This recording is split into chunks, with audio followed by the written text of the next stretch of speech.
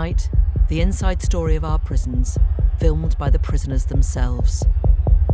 Alright, they squad it up. Lord, they squad it up. Their footage reveals what really happened. In our biggest prison riot for 25 years. On HMP Birmingham, the live footage, the no bullshit, the live as it's unfolding. The radio messages that captured the panic. I don't know how much longer you're going to keep that exercise yard secure. And how close it came to being overrun. If they'd have got through there, we'd have lost control of the whole jail. The whole jail. I actually thought that I was going to lose my life then. We uncover a wider prison system at breaking point. Violence was daily, at every level. You know, on one wing, two wings, all of the wings, there was violence. 3, 2, 1. Spice in a jailhouse. Where inmates seem to freely record their drug use and its effects. It's been spun again, and this is the way they left me. But left me with that knife. And where some staff even smuggle drugs in through the front door. You just walked into the jail like walking into a shop. That's how easy it was. A system where prisons are infested.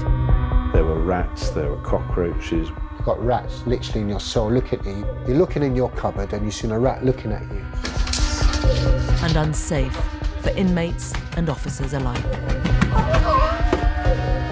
This guy just picked me up, threw me down the stairs upside down. Who's got the keys, lad? Who's got the keys, blood? Is what we have done to a whole category of people fair and just? We're still human beings. And to that, the clear answer in my view is no. Tonight on Exposure, Fuck you know. we ask, are our prisons out of control? The government doesn't have a grip on the system, and there's a cost in blood being paid.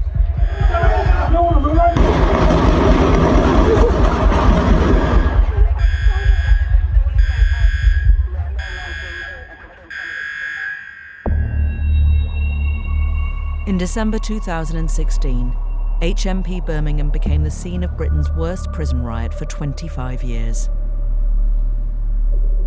Inmates and staff say there had been a decline in control for many months before the riot. The last 3 or 4 years, there was an erosion of staffing levels, there was high sick levels, so there was never enough staff on duty to be able to run a full regime for prisoners, which created a lot of frustration and a lot of problems. Since 2010, government spending on prisons has been cut by 22%. Despite recent recruitment, there are 25% fewer prison officers than there were 8 years ago. It wasn't unusual that we should have been running on 6 on a wing, that we'd be down to 3 or even 2. People just get lawless, you know, and especially when there's not much staff around, you know, to do certain things. Prisoners became emotional terrorists. They would do things that I'd never seen in 20 years. Flicking blood, throwing excrement. You could actually sense it that something isn't right or something gonna happen soon, you know, in this prison. Inmates and staff could feel the tension in the air because it was that thick. There was staff being assaulted, whether you're being punched, spat at or potting, where prisoners would put urine or excrement in a jug or a bowl and then chuck it on you. There's a lot of violence in there. There's stabbings, hot waters, you know what I mean? People regular getting hit, punched. It was just like a time bomb ticking, just ready to go off.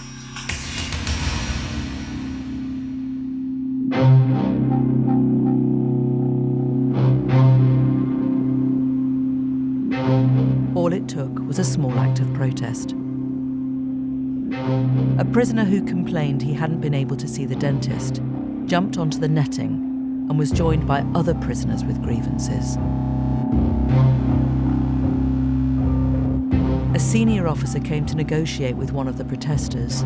The officer's radio message reveals what happened next. He said to me, I've got a syringe in my pocket as well. I said, that's stupid. There's a kid hiding round the corner. As I'm about to lock the door, my keys wasn't in my hand. He's ripped my keychain and they've just snapped off.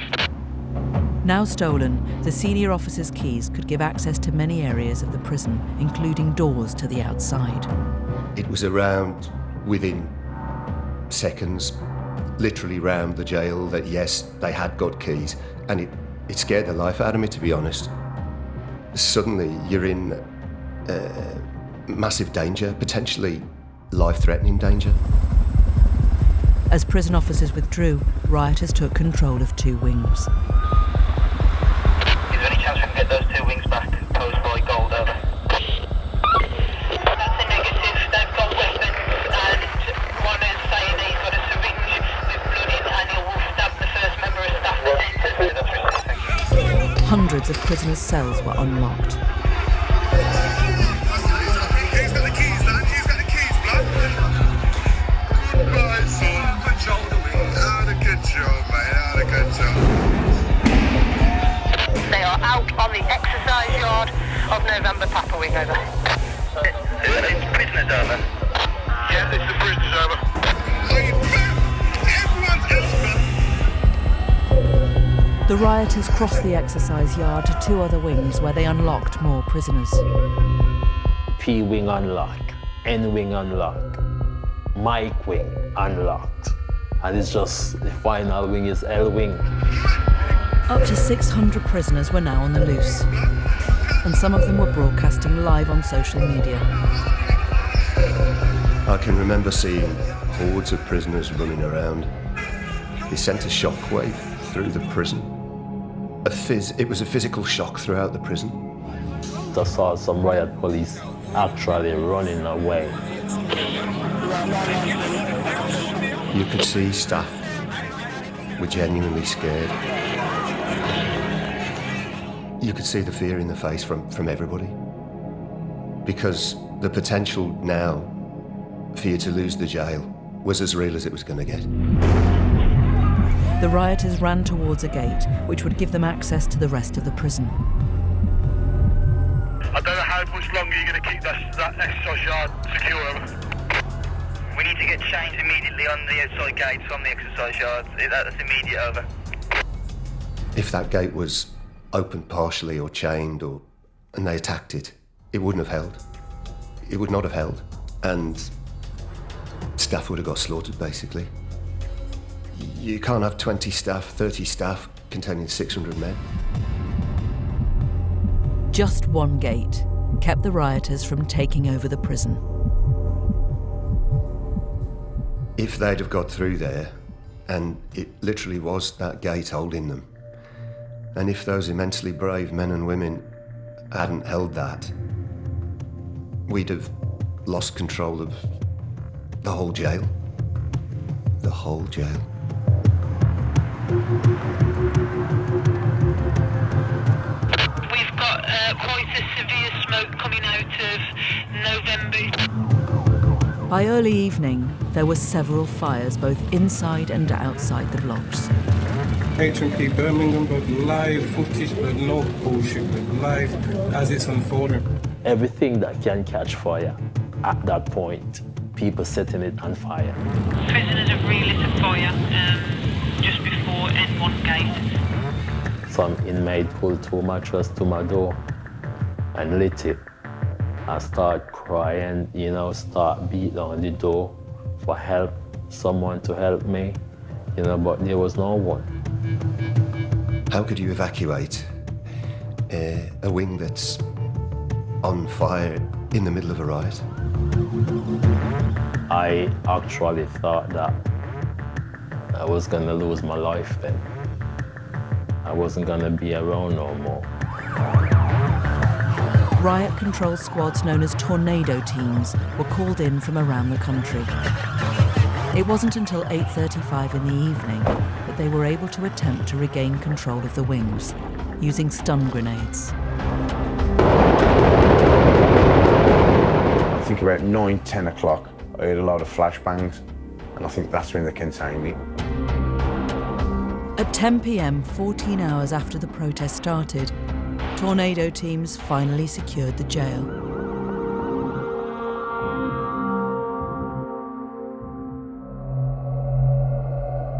During the riot, photographs taken by prisoners had been widely circulated in the media. The filming to put on social media so that they make the public aware that the way they're being treated in the prison, because nobody else is hearing them. In the aftermath, the questions began. How could this happen? It's very simple, really. If you take 40% out of the budget, if you cut staff by 30%, if you increase your prisoner numbers, you're creating a recipe for disaster. It just so happens the disaster on this occasion landed on Birmingham's doorstep. The government commissioned a report into the riot, but has said that it's not appropriate to release any part of it because it could compromise security arrangements. However, Exposure has learnt that a redacted copy of the report was made available to prisoners charged with rioting during their trial. Of course, an analysis should be published of what happened at Birmingham. But also it's important that lessons are learnt. If things are hidden, that will mean that the right solutions aren't put in place. Exposure has obtained a copy of the report. It says although sufficient staff were available on the day, the riot could and should have been prevented, and that staff had in the preceding year become worn down by chronic staffing shortages. It says staff had gradually relinquished authority to the prisoners, who were in effect policing themselves for much of the time. If staff have withdrawn, when I say withdrawn, not physically, would have withdrawn because they're not confident, then this is a kind of recipe for disturbances in prisons.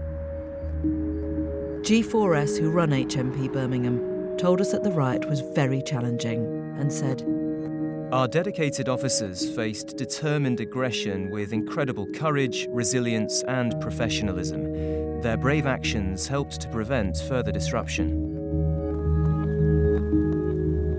They say there were lessons to be learned, and the prison has undergone a number of significant changes, including the strengthening of security measures. However, the confidential report we've obtained also concluded that the encroachment on safety and decency and the risks of disorder are not peculiar to Birmingham.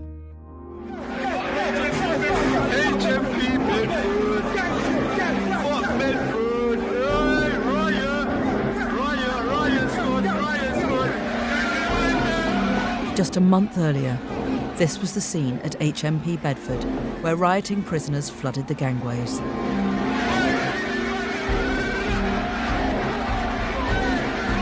The prisoners stuck notes on the walls of A-Wing saying, "This was caused by 23-hour lockup," and "We need to be treated like human beings."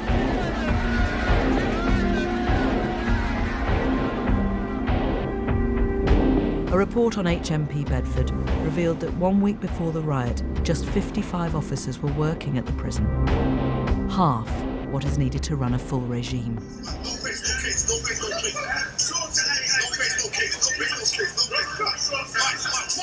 There were also disturbances in this prison at Swaleside in Kent, Lewes, Hull, and here.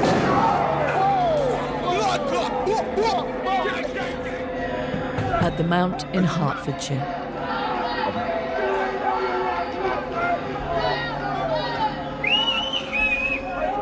Fucking hell. Alright, they scored it up. Lord, they scored it up. The government doesn't publish figures for the numbers of these events. But using freedom of information, we've established that tornado teams like the ones shown here were deployed in 23 separate serious incidents last year. I'm fucking hell.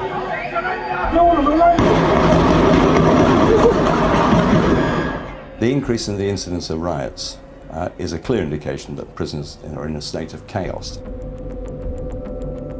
The basic issue is taking nearly a quarter of the funding out while keeping the workload the same is simply undoable. And the government should have known that that was a risk, a bridge too far.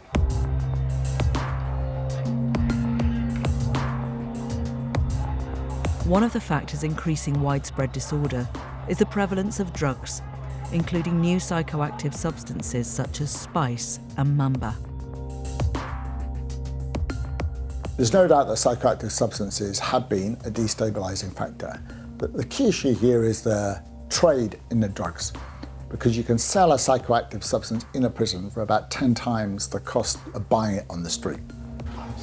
You can make a lot of money smuggling in psychoactive substances, and if you can make a lot of money, there's going to be a lot of debt, and if there's going to be a lot of debt, there's going to be a lot of violence.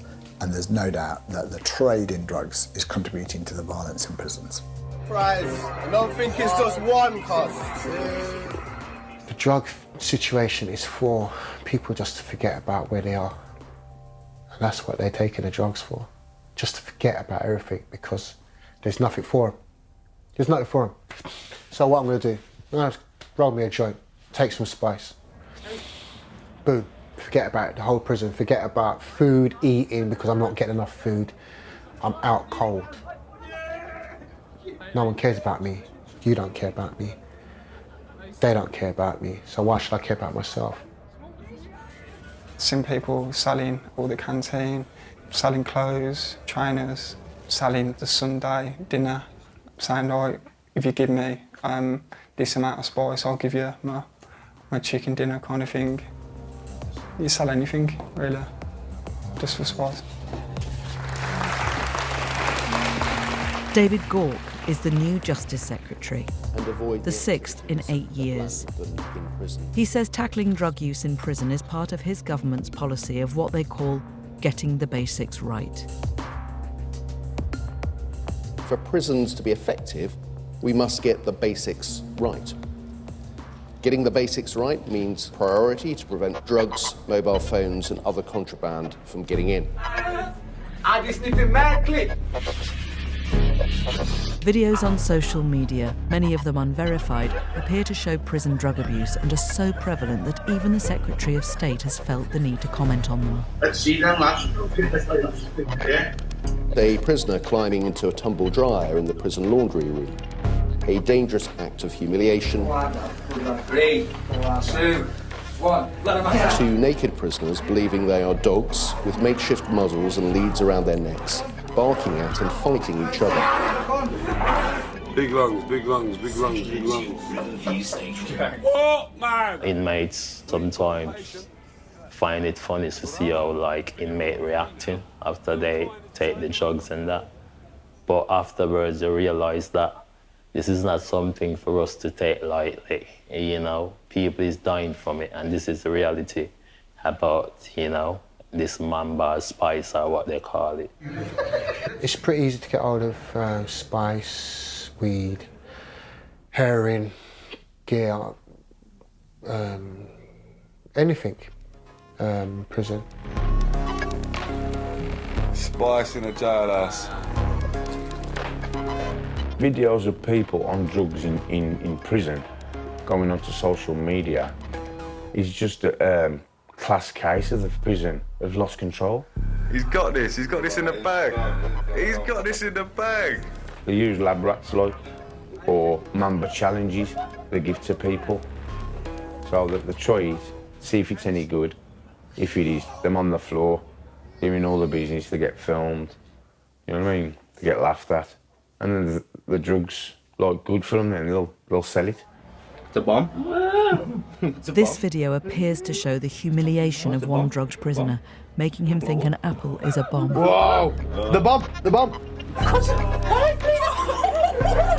And another appears to show a prisoner made to believe his throat has been cut. You bleed now, you bleed now. You bleed now. The number of ambulances increased wildly because of the mamba use. I mean, there was people flaking out here, there and everywhere. We called them ambulances, and they come regular, man. Exposure has discovered that over the last 5 years, the number of ambulances attending calls from prisons in England has jumped by 60%. In 2017, more than 10,000 were called out to attend incidents in prisons. My view is that much more needs to be done to keep these drugs out of our jails because they are having a devastating impact on the lives of prisoners. G4S says it has no tolerance for drug use at Birmingham Prison, and anyone bringing in drugs will face disciplinary action or be prosecuted. Between June 2013 and September 2016, 79 deaths in prisons were linked to psychoactive drugs. So how do these drugs get into our jails? Next, we hear from a prison officer who smuggled them in through the front door. You just walked into the jail like walking into a shop. That's how easy it was.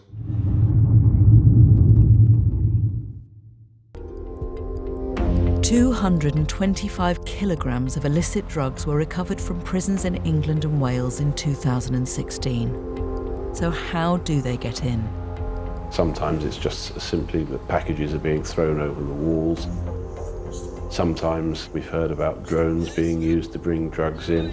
Sometimes they're being smuggled in through visitors. Other times it's undoubtedly the case that staff corruption has played a role. Exposure has investigated the case of a corrupt officer. We interviewed him before he started a prison sentence for smuggling a psychoactive drug into jail.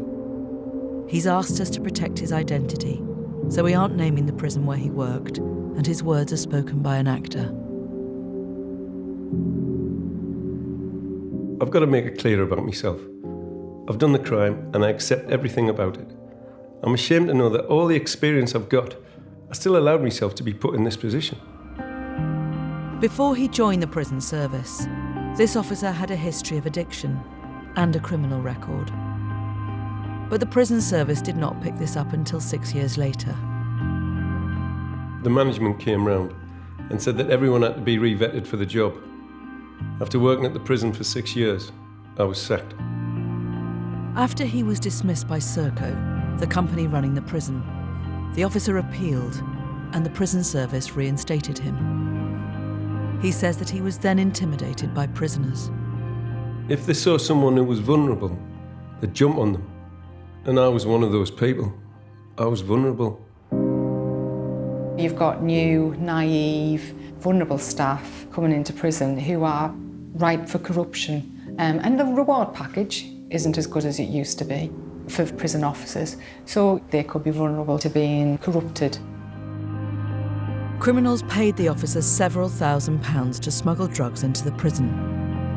He says he wasn't searched on any of the occasions he brought drugs in. As long as you had your uniform and your badge on, you just walked into the jail like walking into a shop. That's how easy it was. Exposure has obtained a witness statement made by a senior officer in charge of security at the same prison. He says that there were more than 300 separate drug finds over the last year.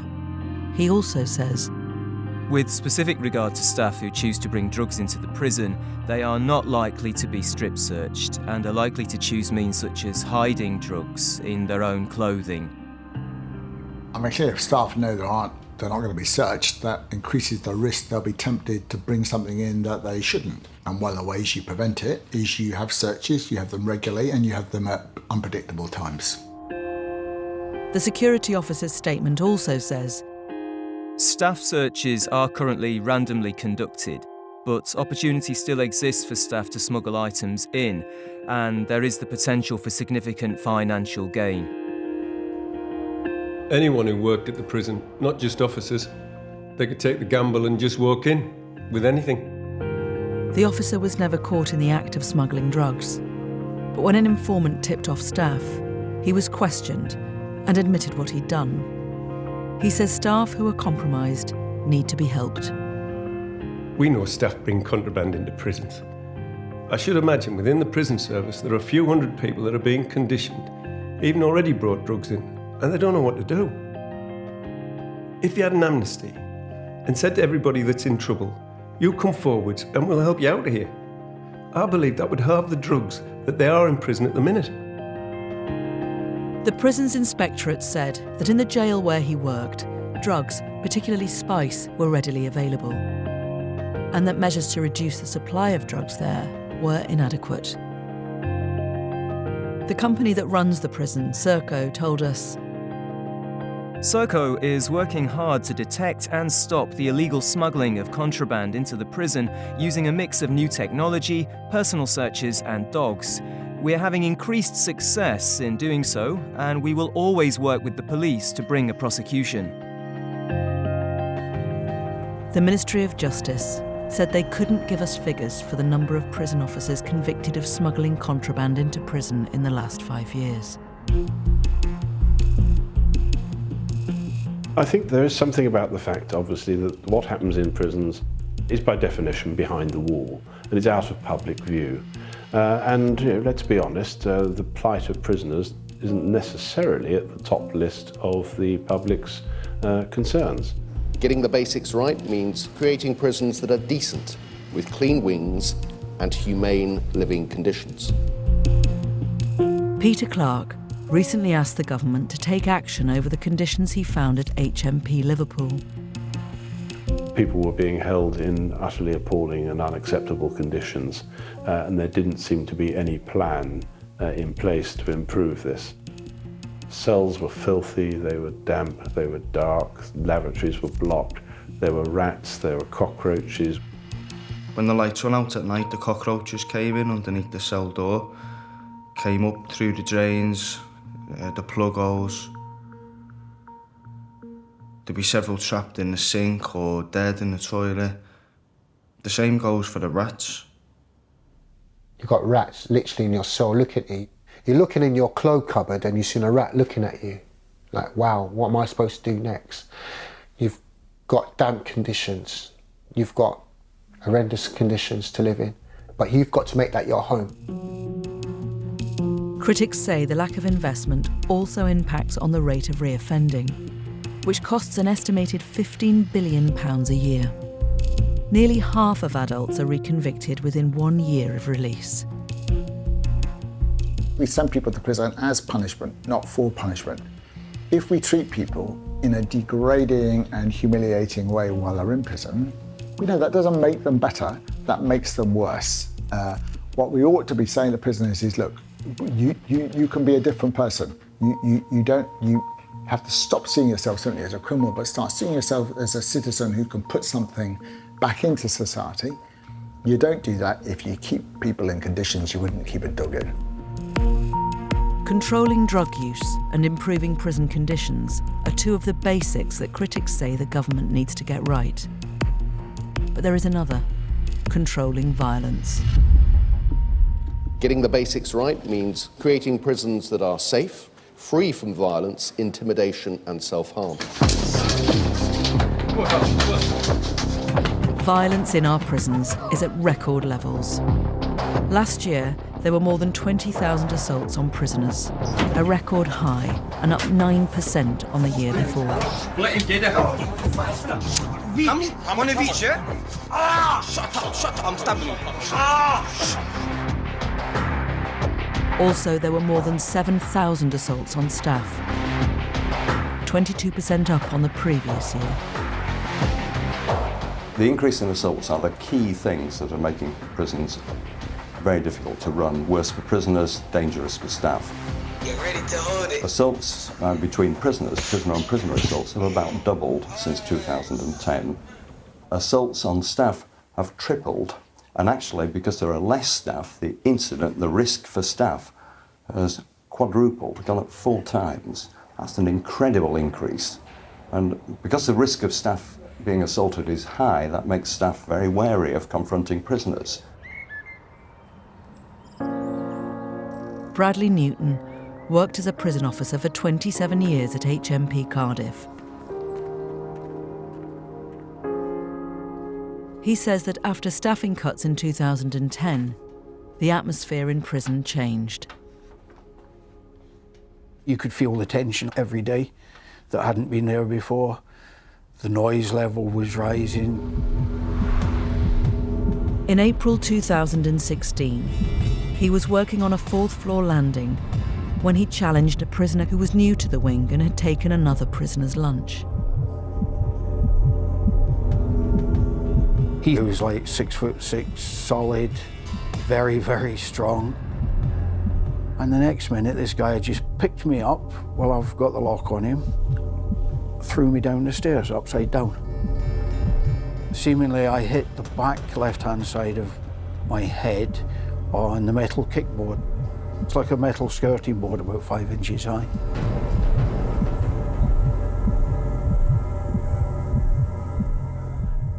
I was in a lot of pain. I'd been told by the member of the care team that when he arrived up the stairs in response to the alarm bell, that he thought I was dead. He suffered serious head injuries. I have no short-term memory left whatsoever.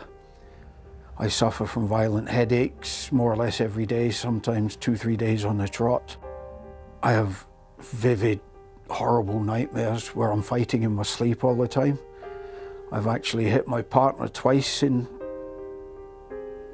during these nightmares where I'm fighting. It's not just my life, it's my family's life has been totally turned upside down. And the prison service don't care. Bradley Newton had worked in the prison service for 30 years. He hoped it would look after him. I received a letter from the Governor of Cardiff Prison asking me to attend a capability hearing. He said, I'll have to go by your record. He said, nobody's got a bad word to say about you. You've done 30 years in the prison service. That's half your life. I said, yeah, I know it is. And then he went, quick as a flash, are you coming back to work in the next month without going sick? I said, Governor, at the moment, I cannot go near the jail. And he said, well, in that case, I'm dismissing you for medical inefficiency. He said, your pension will stop from today, your lump sum will stop today. The prisoner was convicted of assaulting Newton. Before the assault, he had been confined to a segregation unit for making threats. He had also previously assaulted another prison officer. He should never have ever been anywhere near the normal location because of his history of violence, attacking staff. Not only that, I was never told he was on the landing, otherwise I would have dealt with him differently. The Ministry of Justice declined to comment on this case. I'm really, really angry that I cannot go and work in the prison anymore because of my mind and my mental state. I'm angry that I probably won't work anymore in my life. But being sacked for doing my job to the best of my ability and being assaulted by a very, very violent person who they knew was violent, they knew his history, I think they've got a lot to answer for, the government, in the way that prisons are run, the way that prisons are inadequately staffed. They don't care. We're just a number to them. My number was CF174. That's it. They do not care. We know we're close to the murder of a prison officer because there have been a number of cases of attempt murders of prison officers where prisoners have been charged with that offence. Brutal assaults, often with weapons, unprovoked, something that didn't used to happen. I hope it doesn't take a murder of prison staff before the problems are taken seriously by the government. 295 people died in prison last year. 70 of those deaths were self-inflicted. Time and again, we know very well that the early days in custody, soon after people go into a jail, that's when they're particularly vulnerable and can be feeling particularly depressed. We see that a lot of deaths and self-harm occur at this time. 18-year-old Osvaldas Pagiris was arrested for stealing a bag of sweets in 2016. He was found to be the subject of a European arrest warrant for a minor theft. The police assessed him as a high risk of suicide in need of constant supervision. He was put on remand in HMP Wandsworth. I saw the young chap on A-Wing. He looked lost in his eyes. He was a very nice lad. He's a very young lad. He shouldn't have been in prison. A very young lad, you can see it. But what I've known of him, just wanted to just phone his mum, tell his mum where he was. Pagiris was found attempting to kill himself with a ligature around his neck on 5 occasions before he was placed inside this segregation unit. Each cell has a bell and light that the prisoner can activate when they need assistance. At 1 p.m, the camera records this light flashing outside Pagiris' cell as he rings his bell. Well, every cell has an emergency call bell, and we as an inspectorate say that we think when a prisoner rings that bell, it should be answered within 5 minutes. HMP Wandsworth had previously been criticised by prison inspectors for long delays in answering bells. Prisons have not implemented fully the recommendations, and the price that is being paid is that people are taking their own lives in some jails at horrifying levels. As Pagiris was a suicide risk, he should have been checked every hour.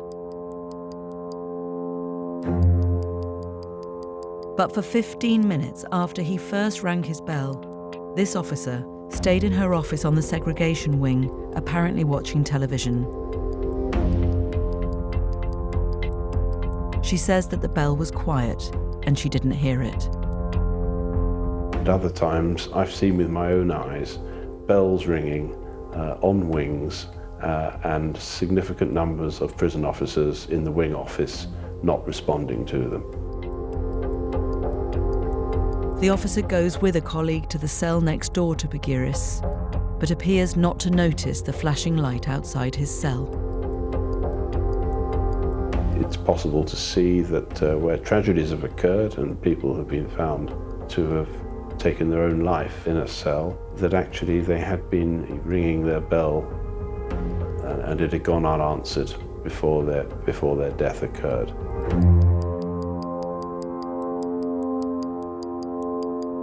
It is a full 37 minutes after Pagiris pressed his emergency bell that the same officer walks to his cell.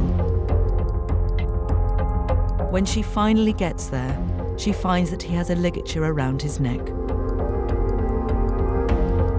Aged just 18, he has hanged himself.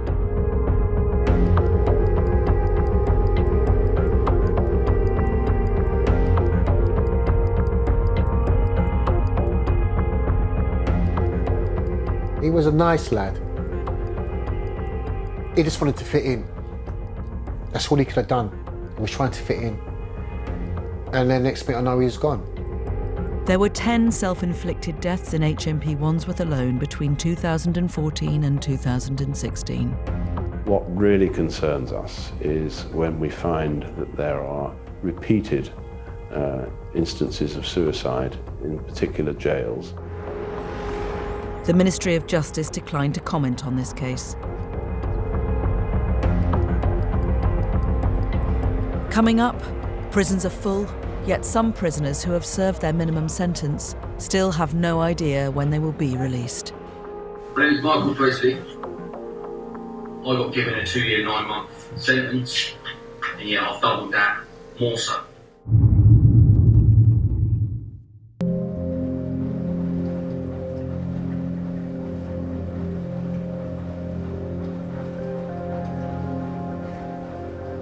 Gemma Presley has had to get used to waiting. Her boyfriend Michael is in prison and has no way of knowing when he might be released. When he told me that he didn't have a release date, I was like, what? But then obviously I was intrigued. I started looking up the IPP and I was just like, wow. The Imprisonment for Public Protection, or IPP sentence, includes a minimum sentence that the offender must serve in prison.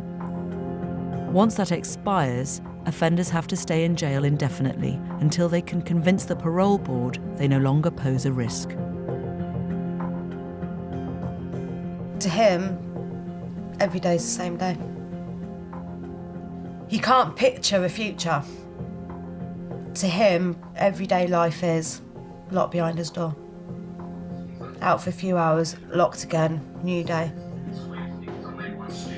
Presley was convicted of GBH in 2012 and given an IPP sentence because he had a previous record. He completed his minimum sentence in 2015, but 3 years later, he's still locked up. I got given a 2-year, 9-month sentence, and yeah, I've doubled that, more so. When Presley was turned down for release for the third time by the parole board, he decided to make a stand. My name is Michael Presley. I absconded from HMP Springville last night. Fully good reasons why. One is the IPP sentence. The sentence is a disgrace. You took me away from my daughter, my family. Every single person I loved, they got taken away from me. We're still human beings. Give us a chance, and we will be better. Don't give us a chance, we lose hope. The government abolished IPP sentences in 2012, but not retrospectively. So there are still more than 3,000 IPP prisoners like Presley who do not know when they will be released. Critics say this contributes to growing tension in jails. You'll have a group of prisoners who feel very frustrated about what's happening to them. For the IPP prisoners with very short tariffs, sometimes of just a few months, that remain in prison, I think the risk test should be reversed for them. So it's the system has to show they are still dangerous rather than the prisoner have to show that they're safe. Some of these men, it is mainly men, have been in prison years and years now beyond the time that the judge said they needed to serve as punishment, and I think that's unjust.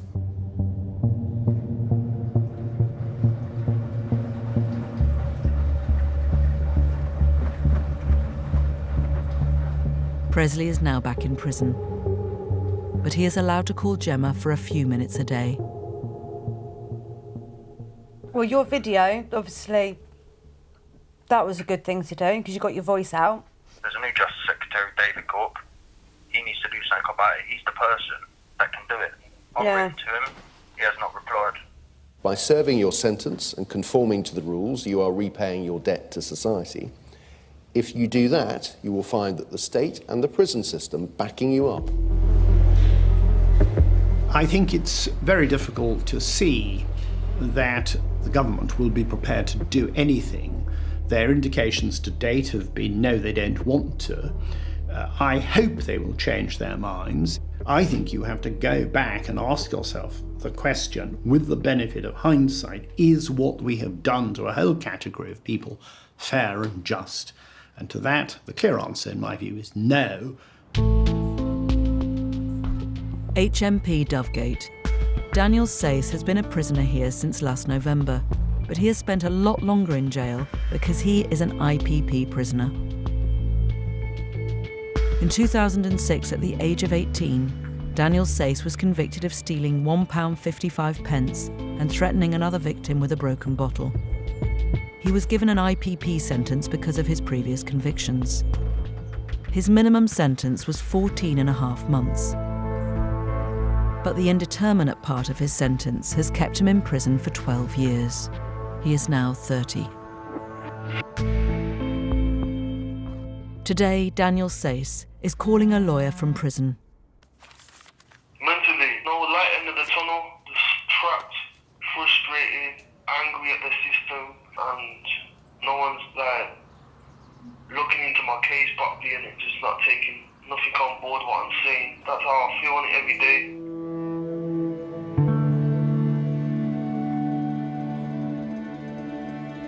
Before Daniel Sayce can be released, he must convince the parole board that he is no longer a risk. He might be able to do that by completing rehabilitation courses, but he is assessed as having too low an IQ for such courses, and so he is trapped. There is one kind of person to whom I think special attention should be given, the person who has learning difficulties. What we have to do is to appreciate that that sort of person requires more resource to enable him or her to pass that threshold for release. Why, because we made a mistake, should we not make it easier for such a person to be released? I think there is no answer to that question other than to say we should do all we can. My grandparents, obviously they're old in age and their health-wise is up and down all the time. So I might not make it the time I get out here because of the health conditions. Okay. Obviously heartbroken, innit? That's it. Sayce says that before he moved to Dovegate, he lost one of his friends, a fellow IPP prisoner. Obviously, I had a close pal here who's an IPP prisoner himself, and obviously he lost hope in the system, basically hung himself. We know that rates of self-harm and other indicators of despair amongst IPP prisoners are higher than for the prison population as a whole, and it's about the uncertainty that they don't know when they're going to get out. And obviously, that touched me, innit?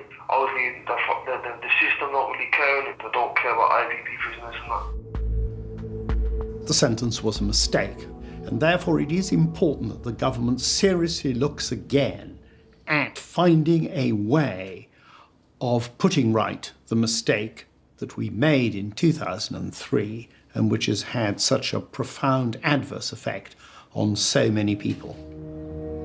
The Ministry of Justice told us it has an action plan for IPPs and that last year the Parole Board released nearly half of the IPP cases it considered.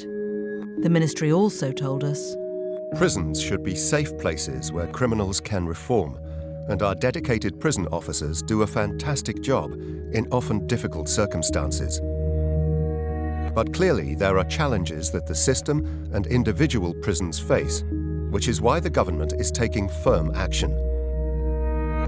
We passed our target to recruit an additional 2,500 prison officers 7 months early, and are investing in new technology and 300 specialist sniffer dogs to stem the flow of drugs and mobile phones into prisons. There is more to be done, but we are committed to making sure prison officers can focus their efforts on turning around offenders' lives.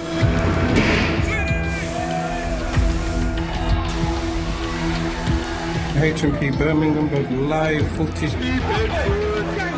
Life in prison from the public, let me now tell you this now, it's a hell upon hell. Some of the people upstairs need to come down to one of the prisons for one night. Just live in a prison, just one night, and see. And I'll tell you now, they will make sure that everybody gets the facilities. It's not nice. Last month, the Prisons Minister said that he was determined to create the best prison service in the world. Yet England and Wales still have the highest rate of imprisonment in Western Europe. Nearly 1 in 10 prisons are in special measures. In my view, prisons are in crisis.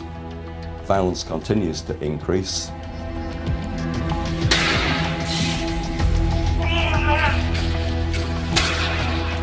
But with so much violence, particularly assaults on staff, prisons are not under proper control, and the risk of further riots must be substantial. Fuck you know. I don't think the government fully realises the gravity of the situation they're in and the need for decisive action. They're dabbling at it at the moment, and there's a cost in blood being paid.